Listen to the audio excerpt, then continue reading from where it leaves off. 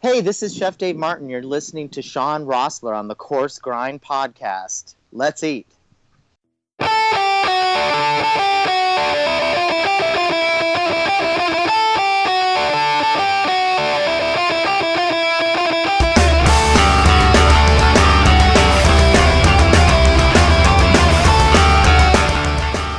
Ladies and gentlemen, welcome back after what seems to have been a long break. Probably not that long a break for you, but it was for me. We're back with another new episode number 58, with you as always, host, creator, Shawn Rosler.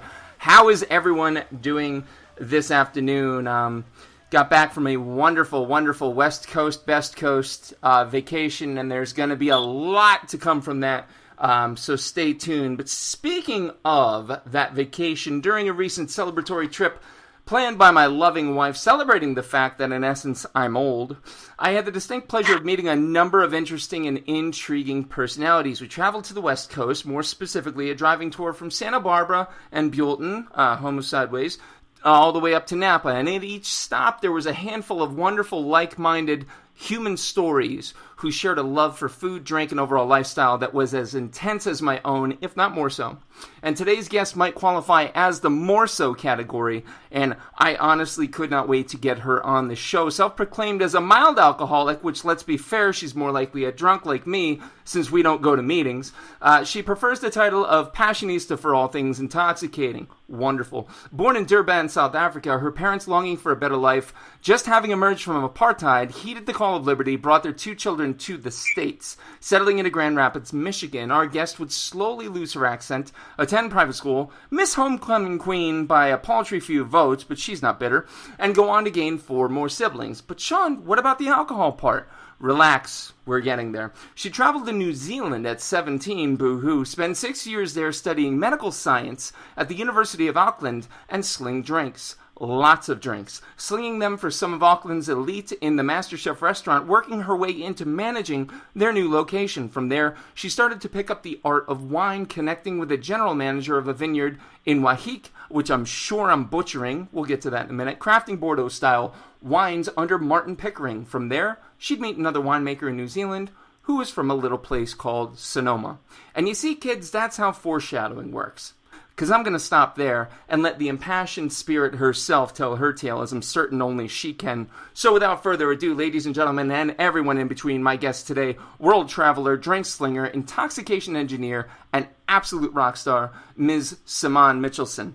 How are we doing today, ma'am? Shawn, you only mildly butchered Waiheke. Oh, Waiheke. Okay, so there was another E on it. That's my bad. I apologize. You're almost there. All right, I'm almost there. That's good. The story of my life, though. Almost there. Yeah, this is crazy. Just a bit of background for folks listening in. As I'm sure you and I know, we met over a wonderful drink called Limoncello. And then Orangecello, and then Figcello. So that was pretty spectacular. And I could just tell from that moment, like, there's a story behind this human being, and you know, much to my non-amazement, I found that to be true with your intro alone. But wonderful to have you on the show. Thank you so much for taking some time out of your busy week to join me here today. Oh, thank you. Yeah, you and your wife are definitely, Greta, were the highlight of my weekend. That's fantastic. And yeah, I mean, making limoncello in California was definitely not where I saw myself heading when I moved here last September. But we were the first people to make it in an organic kind of style throughout the U.S. So it's been a really great learning curve. I never thought I'd be making spirits when I moved to wine country. That's awesome. That's awesome. That's awesome. For sure. Yeah, definitely. So for folks new to the show, folks with shitty short-term memories like myself, starters, mains, afters, we're going to start finding out where the guest came from, how he or she, in this case, got to where they're at today, mains, where they're at, what they're doing, what their 5-year plan looks like, and afters, a little more off the cuff, a bit more irreverent. No one's been injured in 57 episodes. I don't foresee that happening today. So without further ado, Ms. Mitchelson, tell me about where and what you grew up eating. Eating. Well, that is like my favorite topic ever. My family is South African. So I was born in Durban on the East Coast. My mom is from Cape Town in the West. So I grew up eating a lot of different curries. It's very Indian influenced and Dutch influenced. So South African food is like this blend of all the above. So we had like biryanis, big rice dishes, lots of spice. Curries, babwettis, homemade rotis. That was pretty much my upbringing with a lot of heat. North Durban is just like fire on your tongue. And then Cape Town is more like the seafood influence, a little bit milder, but yeah, it's a bit more Dutch prominent in their cooking. Love it. Love it, love it. And I'm going to assume, based on the spirit you've appeared to become today, again, a glancing meeting leads to some of the best interviews. I imagine you were a pretty adventurous, non-particular eater growing up. Oh, my parents, we couldn't leave the table until we finished everything, and I was curious about eating everything. If it was in front of us, we were going to consume it. Awesome. Yeah, because it's amazing what I've found, that folks that I've met for the show, I can just tell, I have a good feeling I know what your answer is going to be to this. I know what your answer is going to be to this. And it's, when you find somebody landing, like you said, in a spirit gig in wine country out of nowhere, you can pretty much bet they were adventurous day one. Yeah, I'd like to think so. I never say no to things. I try anything once. Right on. Looking back, you were talking about the childhood foods that you came up with. And I mean, we could certainly include drink in this mix, because I feel like that's where you've kind of come, but obviously that comes with a certain bit of an age stamp to it. Is there any childhood foods that, you absolutely have a pang, a longing, nostalgia for, that you haven't been able to either find or recreate here in the States? Well, my favorite meal is easily South African chicken curry. And you can find all the spices and you can recreate it to a certain extent, but it's never going to taste like the motherland. Yeah. I went back to South Africa in 2015, and I swear, all I did was eat. My aunt took me to one vineyard, because my family doesn't really drink. I'm the total black sheep of the family. Only one who works in alcohol, ever made spirits, ever made wine. My cousins who are a little bit younger go out and stuff, but no, it's kind of taboo in my family. Sure. But no, food wise, it's just that one classic curry, and you really can't beat it. You have to be in South Africa to get the full effect. Yeah, and for folks who are new, and I don't consider myself necessarily experienced on the curry front, but I do know enough to know that curry is not just a spice. I think there's a large misconception with the lay people that is. Can you explain just the basic differences / premises behind a handful of basic curries? Yeah, absolutely. I mean, I think most people will think Indian food when they hear the word curry. The Indians use quite a bit of cream, and their vindaloo kormas and whatnot. It's all a form of curry essentially. But in South Africa, the East Coast, the base is tomato. You put in fenugreek, cumin, garam masala, definitely some curry spice. Make it as hot as you want, but if you're a real African, you're going to make it spicy. And then you have to throw in meat and potatoes. That's a staple. And it basically just sits and simmers for a good couple of hours to just build all the flavor. Add some rice or roti. Roti is whole wheat. It's basically like a tortilla. Like a really crisp, flaky tortilla. Yeah. Nice. Yeah, and I always try to set out a little bit and dispel some of these words that carry, lay people meanings versus what they actually mean. And that's definitely one of the big ones. For example, in England, for example, curries are huge. Curries are everywhere. Oh, yeah. Yeah, they have, dairies on every corner selling, they have their curry shops attached. And that blew my mind. When I was living in New Zealand, most of my friends were, ironically enough, from the UK or Irish. And they're just oh yeah, we're just going to go to a curry shop. And I'm that's not a thing here. What are you talking about? But I didn't realize how big the Indian influence actually was in English cooking. Crazy.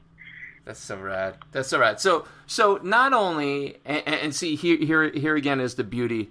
behind doing this show. These people who I, glancingly meet, maybe for an hour, drinking hard liquor in the morning. Thanks for that, by the way. You get to find so much more out about them. Specifically now, the food front plays into it. And I mean, so often, I think if you're found in, the beverage and the spirits and the wine or whatever, I think you almost have to have a culinary background, as it's so obvious that you do. Who would you say was your greatest culinary influence coming up? Growing up, it was probably my grandmother. When we were kids, like me and my sister, we had to be in the kitchen with her. Like, if she was making food, we were learning how to make it too. Mm-hmm. There was no, standing off, doing nothing. No, it's very much like we had to make supper after supper. We make the tea for the adults, and that's kitchen to ourselves. But Ma was always, very particular. Ma is what I call my grandmother. That up. But between my grandmother, it'd also be my Auntie Melinda, who lives in New Zealand, and she is the best chef ever. So glad my grandmother didn't hear that. She's always told me that it starts at the base. You have your onions, which is generally the base for any dish you're making in South African cuisine. Your onions, your tomatoes, and your spice. That's where the whole dish lays. If you mess that up, it's gonna, excuse my language, taste like shit. Yeah. So you have to make sure that, your base gets some love. Yeah, absolutely. It's the whole concept of a foundation of a house. The base, the roux, the mirepoix.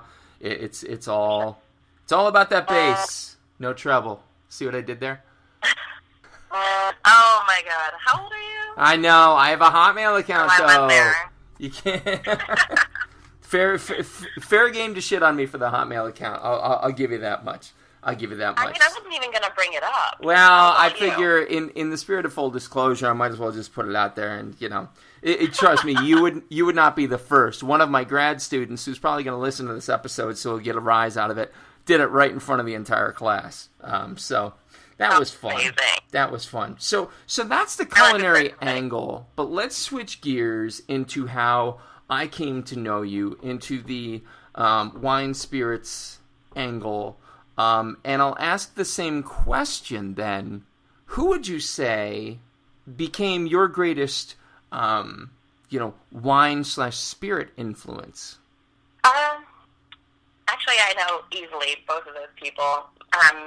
The person who initially trained me at Master Chef restaurants, her name is Nicole, and she is not someone you want to mess with. Yep. She's very particular about service, about how you pour, about clearing from the left and serving from the right.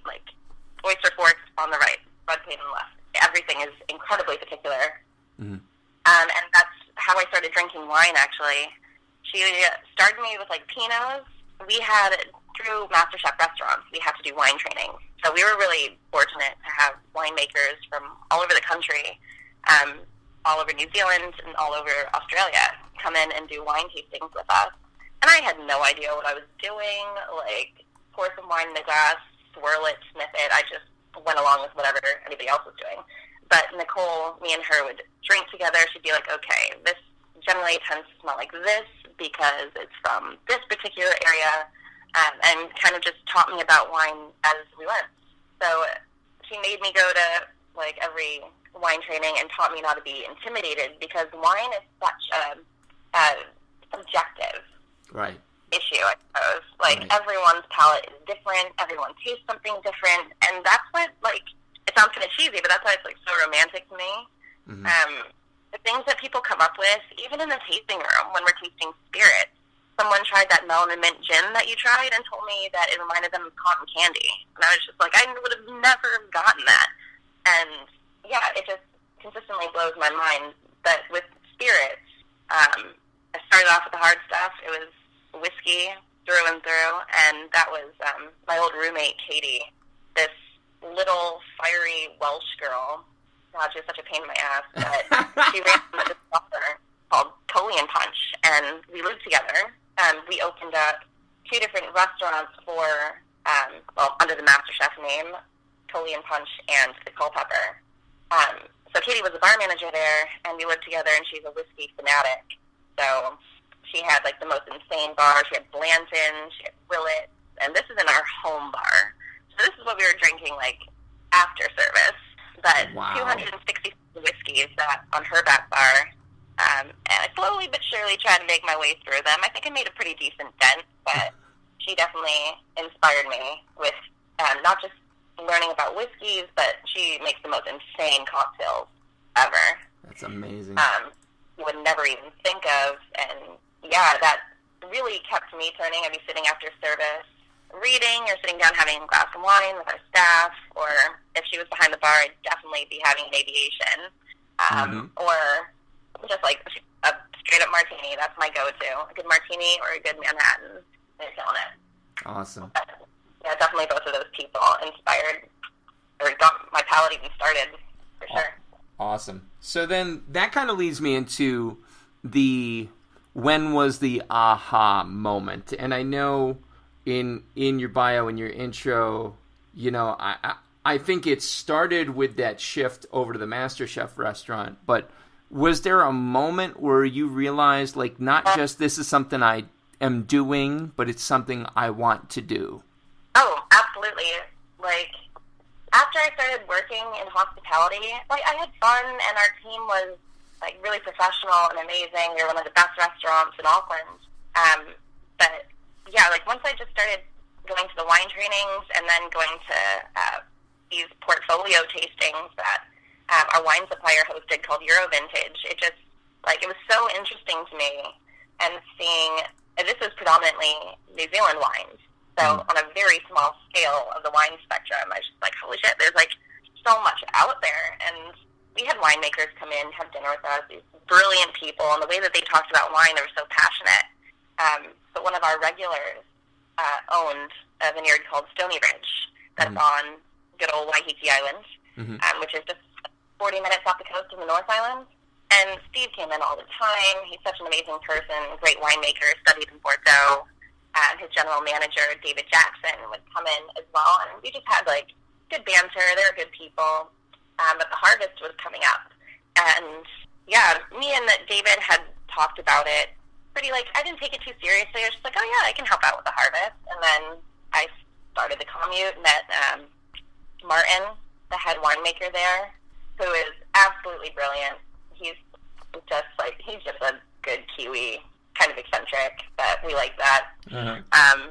Just jam good music, and it was a pretty tiny place. We had, like, 4 tanks, and it's on an island where all there is wine. It's basically just an island of wine and white sand beaches, some restaurants through there. But that was the game changer. After I got started with harvest, I was like, this is what I want to do. I want to be in the production side instead of, like, being the face selling it. There's something about, like, working with your hands as well. And to see the wines that you've created is really special. So, yeah, Martin, definitely working side by side with him. He wrote me a recommendation, and I talked to Steve about Sonoma and Napa and where he'd been, and everything just kind of took off from there. Awesome. And there you landed. There you landed at, you know, where I found you. Tell me about the spot that you're slinging the cellos at right now. Oh, Prohibition. So Prohibition is actually the first distillery in Sonoma Valley since Prohibition, and we're really funny and took on that name. So they started, my bosses, Fred and Amy, started the company 9 years ago now, making limoncello. They moved over from Colorado, like, with their jobs, and basically just started making limoncello in the Bay, but like a Sonoma-fied version, if you will. Right. Yeah, and I randomly met them too. Like, I was going to leave California. I had finished the harvest. I wanted to travel some more. I was, like, trying to decide where I wanted to go to next. And a friend of mine talked to me about them pretty briefly, and I just, like, walked into their tasting room and started talking to Amy, who is co-owner, and we just instantly got along. I loved the product they were making, sat down and did a tasting, and I was like, this is brilliant. They asked me to come on and do some project work over the weekends. And, yeah, I'm definitely the type of person who is too curious like, well, I want to work in the distillery as well. Behind the scenes, working with Fred, experimenting with different barrels. Yeah, it blew my mind from making wine to seeing grapes being used in the same way, because they're using grapes as the base for almost all of their spirits in that tasting room. Yep. And just kind of seeing a different take to wine country, it was kind of insane for me. Yeah, it was kind of it's kind of a cool tip of the hat that I found, again, you know, being an East Coaster, you know, familiar enough with distilled spirits, but to see such a presence for Grappa, I wouldn't say everywhere I turned, but it was much more pronounced than we would see that over here. Can you describe to my listeners what Grappa is, where it comes from? Yeah, absolutely. Grappa originated in Italy. And basically, it's just all the shit that's left over from the harvest. We call it the pumice. So it's all the seeds, the leaves, all your leftover skins, whatever, and anything that you can get sugar from, really. And they distill it. So most traditional grappas that I've seen are sitting at like a proof like 130 to 140. So that's like 70%. It's like pure ethanol, essentially. Right. But we wanted to make a product that didn't taste like straight up gasoline. So Fred distilled Grenache and Zinfandel for our particular batches, but it was from the Saignée, the second press of the grapes, instead of using the pumice. So it holds a bit more of like a minerality to it. Kind of got this sweetness from, like, Grenache is a softer grape already, so a little bit sweeter, and Zinfandel has a little bit more of a spice. So it's interesting how after being distilled, they still kind of hold those qualities, but we have brought it down to a reasonable 80 proof, so 40%, something like normal spirit. Excellent. That's one of the ones I'm kind of kicking myself for not trying, because for as much, you know, as I saw it, I didn't try it. I was too busy with the wines, but it just struck me like how California in concept it is that, you know, we're going to use everything, and here's how. No, for sure. It's only on the come up right now. Craft spirits in general are really starting to make a sweep, and old style cocktails. It's the cocktail revolution. It's been happening for like 5 years. People going back to the old style of like Manhattans and old fashions, and just honing in on those recipes, but using really good craft spirits that can stand up against the flavors that are combined, because in essence those cocktails are pure alcohol. Yep. So it's interesting to me that California is probably the most behind with it, because the laws are so strict here around alcohol.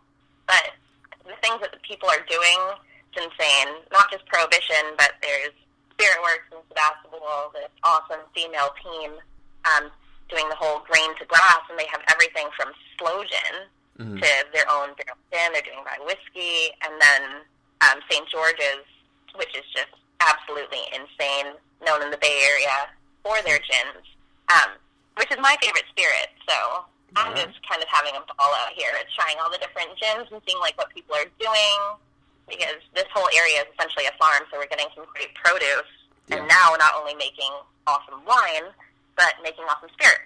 I'm sure it's not a hard life to live. I'm just gonna put that out there. And hey, listen, if you think California's bad, we're just now in Pennsylvania able to get beer in a grocery store. So there's that. Yeah. There's that. We were one of the last state systems, if you will, holding out with the Liquor Control Board. So. Right. Is it still a thing in Pennsylvania that, like, on Sundays you can't buy alcohol? That is finally, actually, now just kind of, sort of starting to change. How's that for a vague-ass answer? There are some state stores, and state stores are still the only places where you can buy liquor. You can now buy wine in grocery stores. That's literally as of the past 6 months. So yeah, we're catching up, but it's still taking a while. So don't feel too bad. If you ever want to break from that, come visit us in Pennsylvania, and you go back feeling real good about yourself. Hey, I mean, it's summertime. I am so over Midwest winters. So that's true. Yeah, and the winters We might have to buy something out west and just start coming out there for the winter. But I didn't say that on air. Oh, shit. Yes, I did. Okay.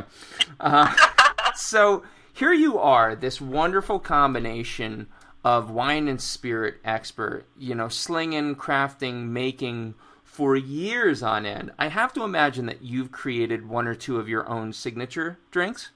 I mean, I don't know about a signature drink. I have experimented with infusing my own botanicals. If I do have a signature cocktail, it's definitely a martini. Martini.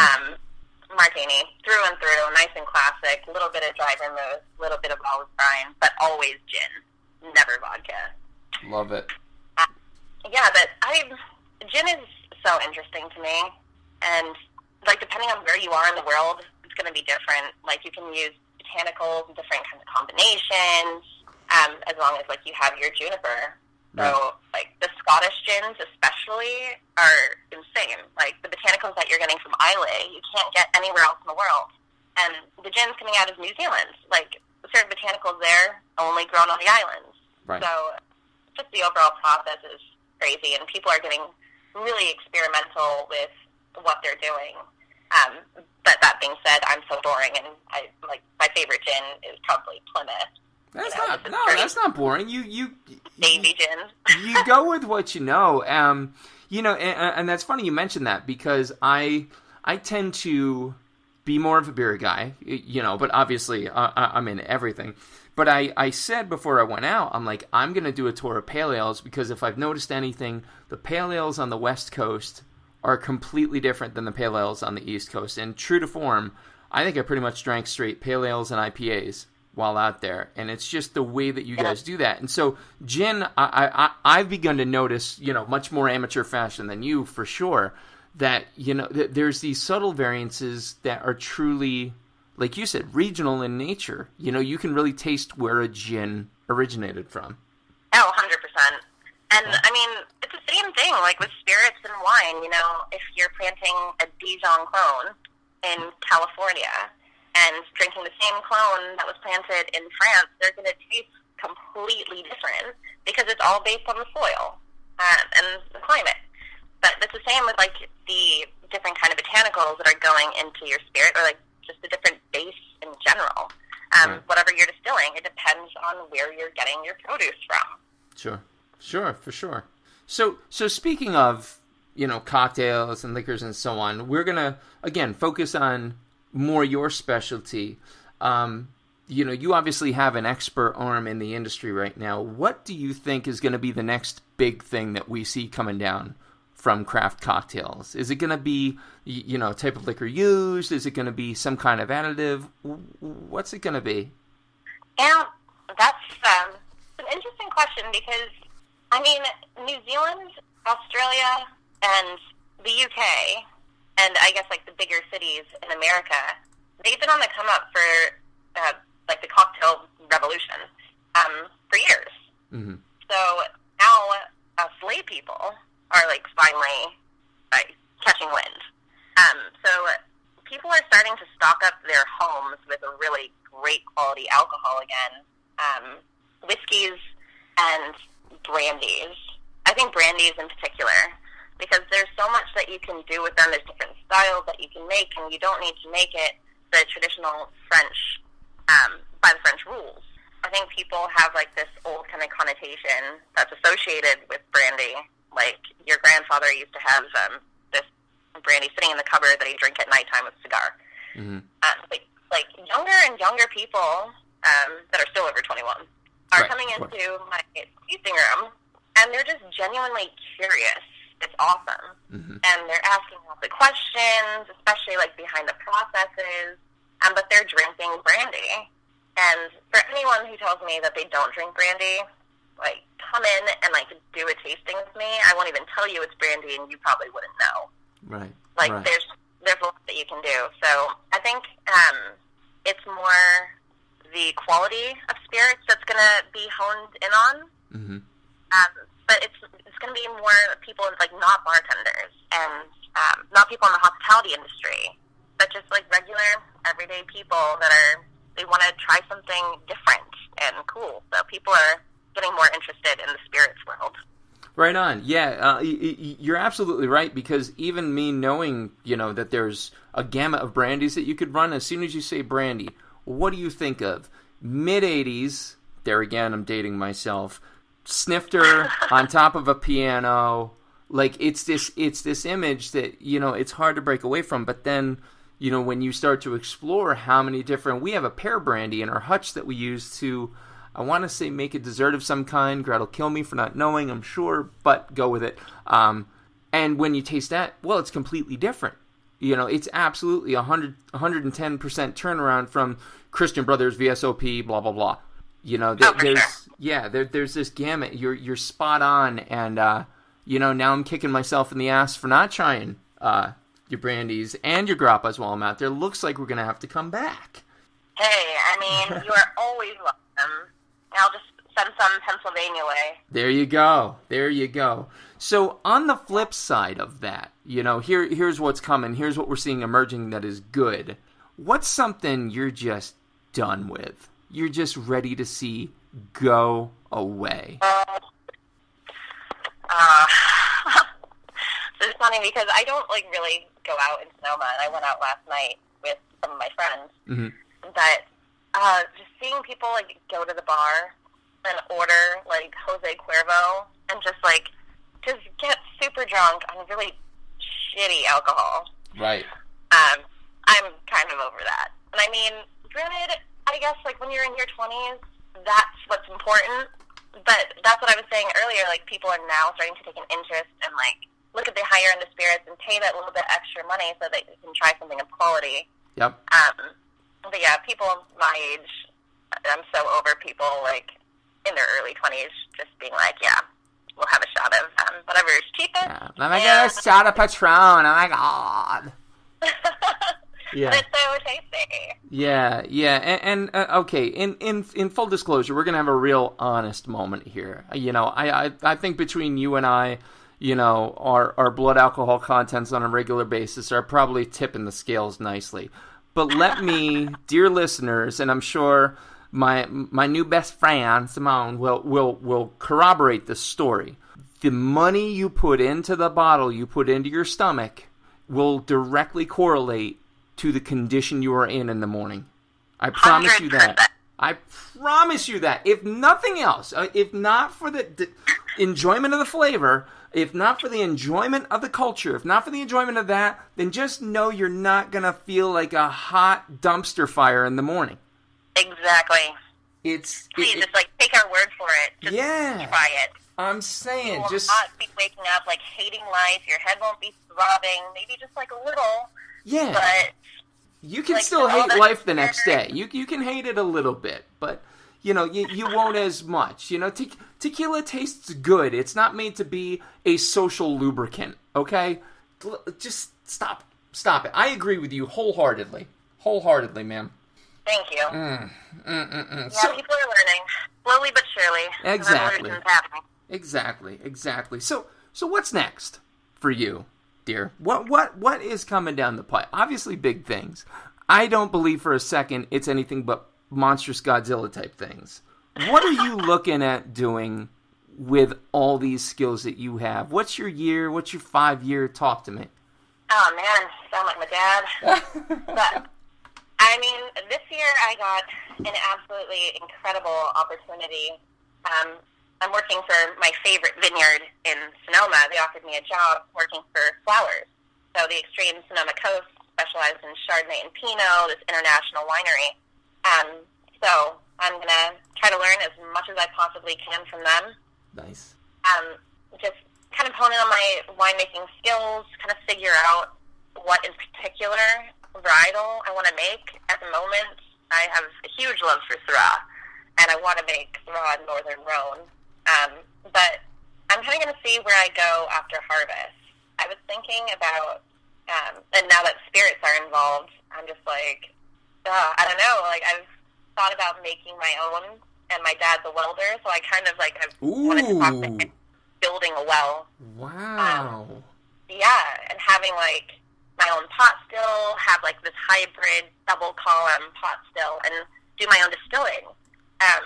But I think for future, within the next couple of years, I'm just going to keep traveling and keep learning from different winemakers and experience different harvests, learn as much about viticulture as I can. Mm-hmm. That's what's most important to me at the moment, learning that kind of side of winemaking, because that's what makes the great.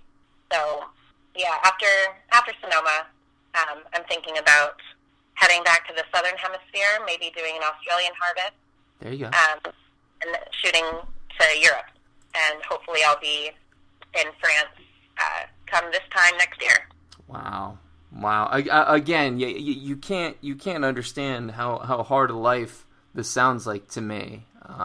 It is rough. It's rough. It is rough that someone has to do it, Shawn. That's right. But for real, man, keep traveling. When it comes time to do those spirits, remember the little people with the podcasts. I'd love to sample some of that goodness. So that's your story, past and present. Let's head to the afters. Couple fun questions to wrap it out.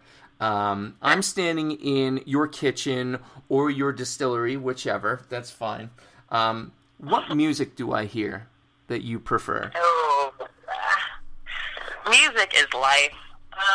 It kind of depends what mood I'm in. I think that playlist that was on when you and Grappa were in the tasting room. Yes. There's Eric Clapton on there, who I grew up with. Absolutely love Eric Clapton. There's actually Earth, Wind, and Fire.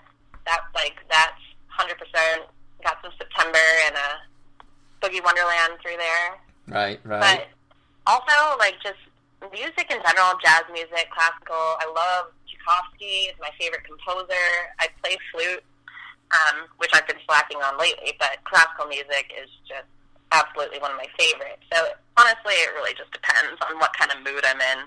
I listen to anything and everything. From right now, I'm on a Charles Bradley kick. Oh, nice. The new James Brown, he's insane. Well.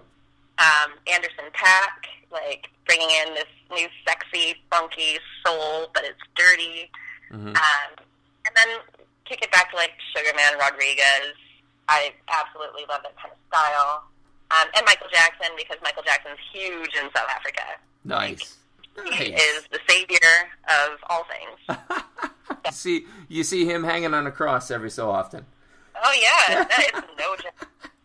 He is our Lord and Savior. No, amen. All right, hypothetical situation time. You're going to be stranded on a deserted island, and you can only take 3 foods or drinks with you. What would they be and why?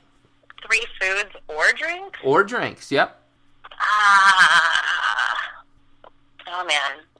If I'm on a desert island, I'm a huge seafood person. I love fresh seafood. I could live off that for the rest of my life. So, right on. Ceviche, you see me a desert island, is going to be nice and hot. Right. And fresh space and yellowfin tuna through there. That'd be delicious. Right on. But I got to focus on my drinks. I'm a champagne girl. I never drink what I make. So, champagne, for sure, because I think I'm fancy. You think you're fancy. And you got to do something really refreshing as well. And I'll throw it back to gin. Got to do a gin sour. Classic gin sour. Some crisp, good quality gin, and your egg whites. Toss that, and I could drink that forever. Love it. Absolutely love it. Love it. Are you familiar with Melanie Denea, My Last Supper? That sounds incredibly familiar. So, refresh my memory? Yeah, it's this rad coffee table book. She did a follow-up to it, The Next Course, and on the cover of the second one was Marco Pierre White holding a piece of bread covering his face, which is awesome. And so the premise of the book was actually how a portion of this podcast itself, and I always give her credit every episode, began, and it's basically 5 questions to each of the 50 chefs, and they're all surrounding one concept. You're getting your ticket punched tomorrow. Tonight is it. What is your last meal? Who's there? What do you have? What do you drink? What is playing? Oh, man. I've been asked this question, actually, a couple of times, and every time I'm just like, God damn it. Yeah. There's just so many great people.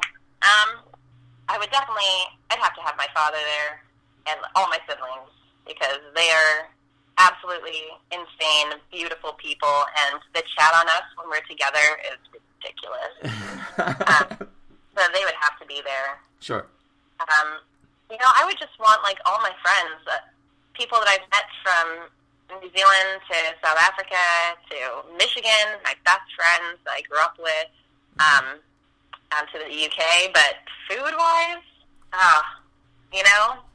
this sounds kind of like sacrilege, but me and my sister, whenever we would have a night off together in New Zealand, we would go out to Ponsonby Road, and we would order, like, chop suey, chow mein, kung pao chicken, and then go to the Mexican place and get nachos, quesadillas, and then pick up a pizza and just have, like, a smorgasbord. Nice. Of everything. Yeah, that's totally what I would do. Yeah. I would get from everything, just, like, have a smorgasbord.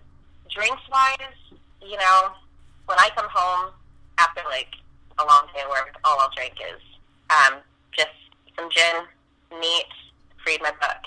But in the spirit of having it be my last night on this hot mass, I'd probably pop some Perrier Jouet, Belle Epoque. That's my favorite champagne. Definitely have that on the table. I'd have my girl KB making cocktails for all of us, because no one sings them better than her. And I would have to tap into the Bordeaux, because that's how I started making wine. That's the style that I love, and just drinking some beautiful blends. I love it. It's great. That's a hell of a picture. That is a hell of a picture. And finally, the simplest question, the last question, but the most complex, potentially. What is food, and in your case, drink, to you in a single word? Culture. Culture. It's culture. It food and drink makes us who we are. It revolves every culture around the world. People got to eat. I love it. So it brings people together. You sit down, have a meal with your friends and family, and there's something about it. Consuming a meal together, it literally gives you life. That's right. And that's the whole atmosphere surrounding food is definitely where I'll see myself for the rest of my life. That's my career. That's what I want to do. There it is. Talk about an open-ended ending. Well done. Well played, man. Well played indeed. Simonne, it has been an absolute honor and pleasure to have you on. Thank you again so much for being part of the episode. Yeah, absolutely. Thank you so much for even asking me to be a part of it. Your Definitely. Podcast is so awesome. You've had on some incredible people, so I'm just honored. Yeah. Well, now you're one of those incredible people, dear. Prohibition Distillery, prohibition-spirits.com for all your cello needs. That's not the stringed instrument, Goose. That is the liquid kind. Lemon, orange, and fig. Recommend the fig. Fig is huge. Anything else I can plug for you today, ma'am? No, I think you covered it all, Mr. Rosler. Right on. Right on. Well, again, dear, thank you so very much for being a part of the episode. Yeah, absolutely. Thank you for having me. Yeah, no problem at all. Ladies and gentlemen, this has been episode number 58 of the Coarse Grind Podcast. With us this afternoon, Simonne Mitchelson of Prohibition Distillery, prohibition-spirits.com. My producer, as always, has been the lovely, voluptuous Johnny Leland Robinson, a.k.a. the Reverend Johnny Lamoria. Be sure to check out his offerings at Scranton Fringe Fest coming up soon. The next episode will feature myself and my wife recapping our West Coast adventure. You won't want to miss it. Stay tuned.